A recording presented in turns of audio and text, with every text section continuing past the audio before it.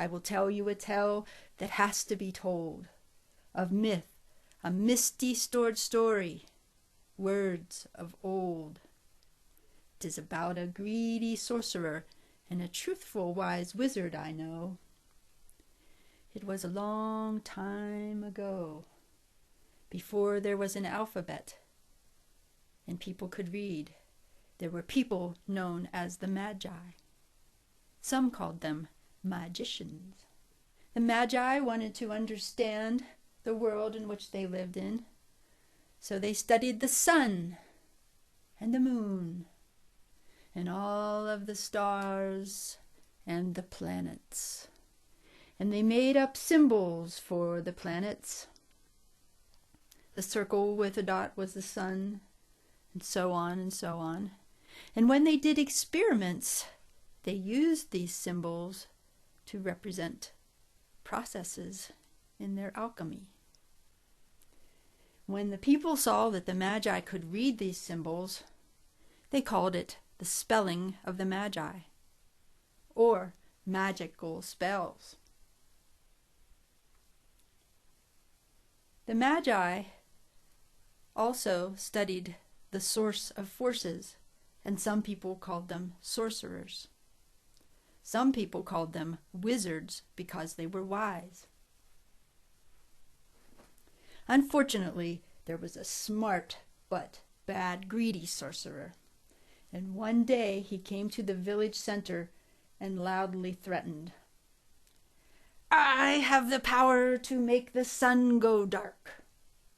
And as the people gathered round, he waved his magic wand at the sun and said, "Abra cadabra," which meant, "So I speaketh, so shall it be."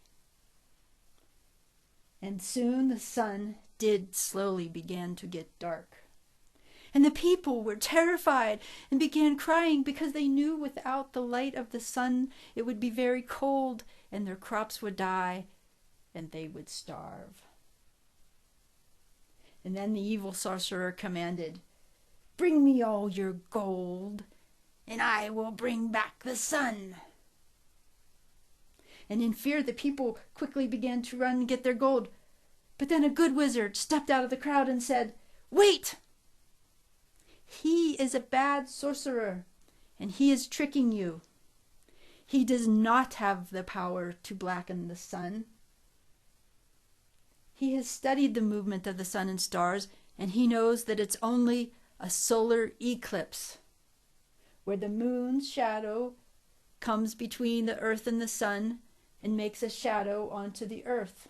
And then the good wizard warned, "Do not look up at this eclipse until the sun is totally black. I will tell you when it's okay to look, and I assure you, if you just wait, the sun will shine again." And the people believed the good wizard, and soon on the horizon they saw the big black dark shadow of the moon coming. And it grew very cold, and it was dark as night.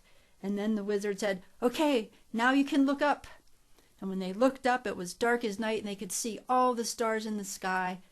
But amazingly, in the center was a shimmering, golden, waving halo, and it looked like a crown on the sun. And it was called the sun's corona. And then the wizard said, "Okay, now look away." And the people believed him. And then soon the shadow passed and the sun came again.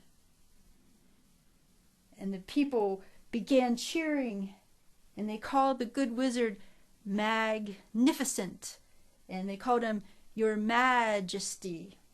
And they began cheering and dancing, and they wanted to have a big party in his honor, and they began preparing a big feast and celebrating with a bonfire. And the party went on into the evening. And they were so thankful for the good wizard for telling them the truth. But then later that night, the good wizard surprised them again. He went off into the shadows, and he came back, and suddenly, pow, pow, pow, gorgeous, beautiful, colorful fireworks went off in the sky, and the people were amazed again, and they said, "He truly is magic." But the good wizard, who was always truthful, said, "No, my friends, I just studied how to mix various powders together and made a potion." And the people loved the fireworks so much that they asked him if he would trade them fireworks for their gold. And he agreed. And soon he became rich. And after a couple days, the people of the village asked him to be their king, because he was good, truthful, and honest. And the good wizard agreed, and he gave them back their gold. But then they made him a crown out of gold with 12 rays, just like the sun. And they said that the crown represented doing things in light and truth, just like the sun gives freely to all the people. And then the good wizard showed them one more good thing. He showed them how they could orient their houses to either gain solar energy or keep the heat of the sun out. And he ruled his village in truth and justice for all. And today, my friends, we have many sorcerers and wizards among us, but we call them scientists.